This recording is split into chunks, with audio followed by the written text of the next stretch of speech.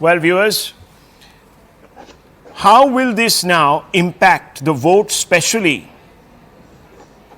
in Tamil Nadu and in the north? This is now becoming fundamental because India is, at the end of the day, the majority population is a Hindu population. And I want to bring in senior journalist on this, Shekhar Iyer. Shekhar Iyer, this frontal attack, on the one part, is message to the northern belt, which is usually conflated with the Hindi belt, where the BJP is absolutely in a position right now to return to power with the same sort of majority numbers, overwhelming majority numbers that it had. And if it does, out of the 224 seats in the north, if it gets anywhere close to 200, all it needs is 72 more.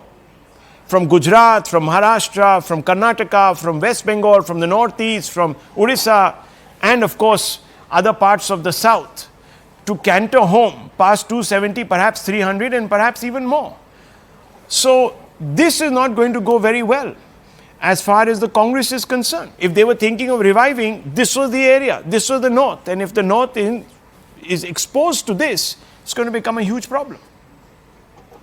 Well, Rahul, the Congress made a historical blunder.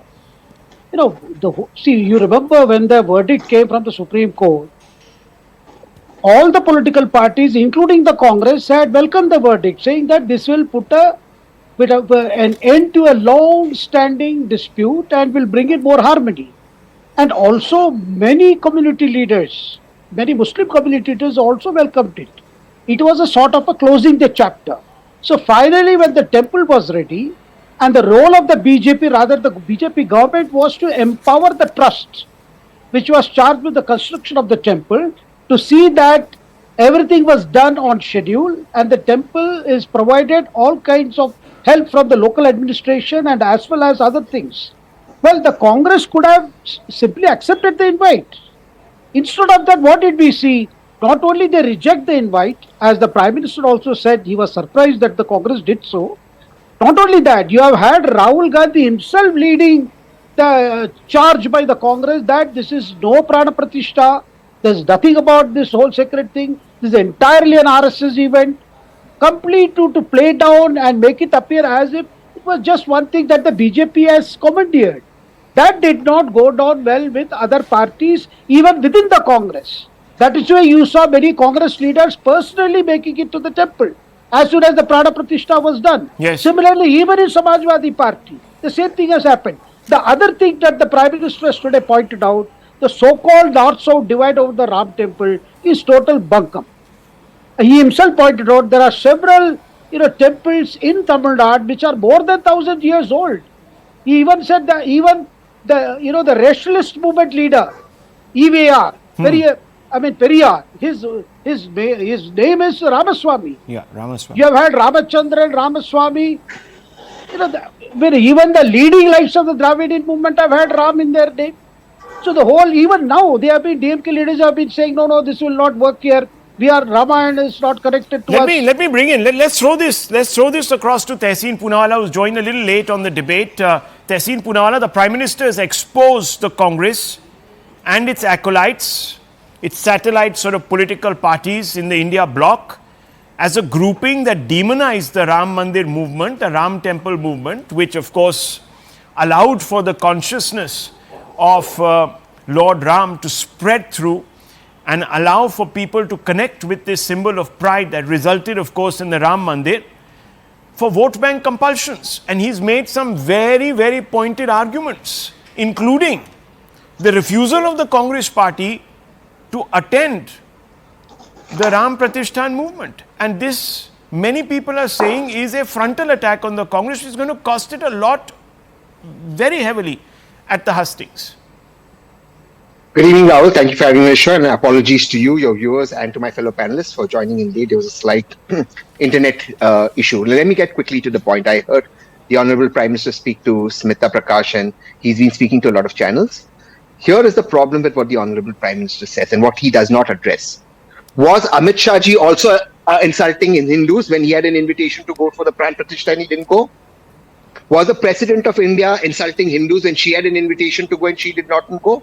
And why was the president not there? Who asked the president not to come? Why was the president asked not to come? Was it by the government of India? I'm asking a rhetorical question, so that the prime minister would be the center. I'm asking these questions because these are the questions people are asking. Why would the president of India, the head of our republic, whose government the prime minister is supposed to follow, not there? For the prime minister to speak about Ram Mandir, of course, it was Sri Rajiv Gandhi ji's last interview that he said the Ram Mandir must be built. He started his campaign from Ayodhya. But for the prime minister to speak about the Ram Mandir, I'm asking you, were the Manipur women not kids of Lord Ram? Were the women wrestlers not kids of Lord Ram? Were these exams being cancelled in Uttar Pradesh not kids of Lord Ram? Is a lack of employment not children of Lord Ram? He doesn't want to talk about Ram Rajya because he's failed on Ram Rajya. What was Raja Ram known for? Raja Ram was known for Ragukul Reet, Sada Chali Aaye, Pran Jai Par Vachan. Na jaane kaun sa vachan pura kiya hai? Ek vachan pura nahi kiya. Na naukriyon ka. Today, CNN News 18 had an internal story that, listen, once this government comes back, Agniveer will be scrapped. What about those 2 lakh people whose jobs he's taken away? What about GST on oxygen? People who died for lack of oxygen. They were not children of Lord Ram?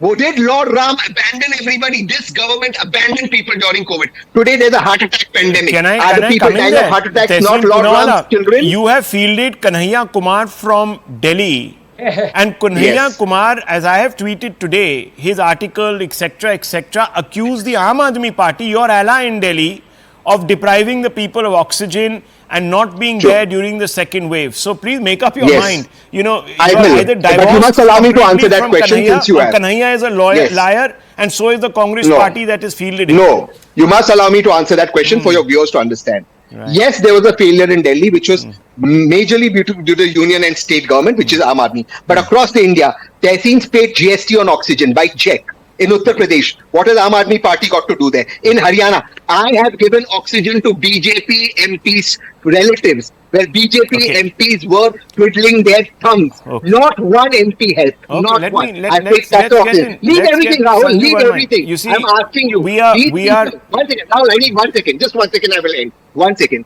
You want to know what frauds the Bharatiya Janata Party is? I can only tell you this. On the issue, I don't believe, 1 second, I don't believe you for a moment, Tehseen Poonawalla, because from the very beginning, when even the Jansangh and the RSS had no say in it, Nehru opposed the construction of Somnath.